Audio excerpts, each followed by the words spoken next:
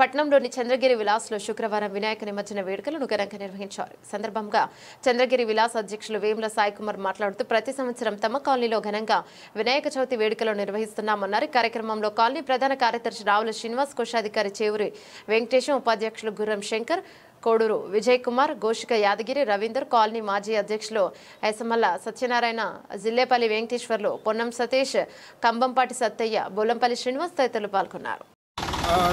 గణేష్ నవరాత్రి ఉత్సవాల్లో భాగంగా మేము నిమజ్జన కార్యక్రమం చేసుకోవడం జరుగుతుంది.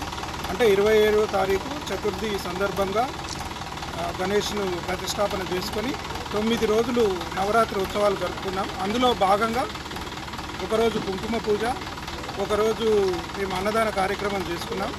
అలాగే ప్రతిరోజు ఉదయం సాయంత్రం డైలీ వినాయకుని పూజ దంపతుల వైజ్గా కూర్చొని మేము పూజలు జరుపుకున్నాం. కాలనీలో ఉన్నటువంటి దాదాపుగా 156 ఇండ్లు, 200కు పైబడి కుటుంబాలు ఉంటున్నటువంటి చంద్రగిరి విలాసు నల్గొండ పట్టణంలో చాలా పెద్ద గేటెడ్ కమ్యూనిటీ.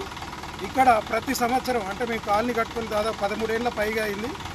ప్రతి సంవత్సరం ఒక కుటుంబంలా ఉండి ప్రతి ఒక్కరూ ఈ గణేష్ ఉత్సవాల్లో పాల్గొని ఈ 9 రోజులు గణేష్ ఉత్సవాలను విజయప్రదం చేసినటువంటి మా కాలనీ శ్రీ వెంకటేశ్వర స్వామి భక్తులు, కాలనీ ప్రతి కుటుంబ సభ్యుడు, అలాగే ఈ 9 రోజులు ఉత్సవాల్లో పాల్గొని వీటిని అధిక ఉత్సాహంతో ఈ కార్యక్రమాన్ని కన్నుల పండుగ చేసినటువంటి ప్రతి కాలనీ వాసికి, భక్తులకు అందరికీ కమిటీ తరఫున హృదయపూర్వక ధన్యవాదాలు.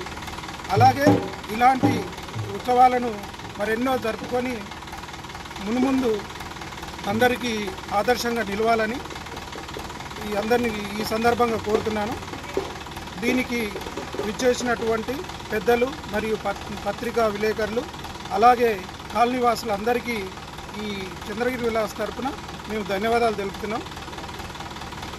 జై గణేష, జై హింద్, జై భారత్. అందరికీ ధన్యవాదాలు మరొకసారి.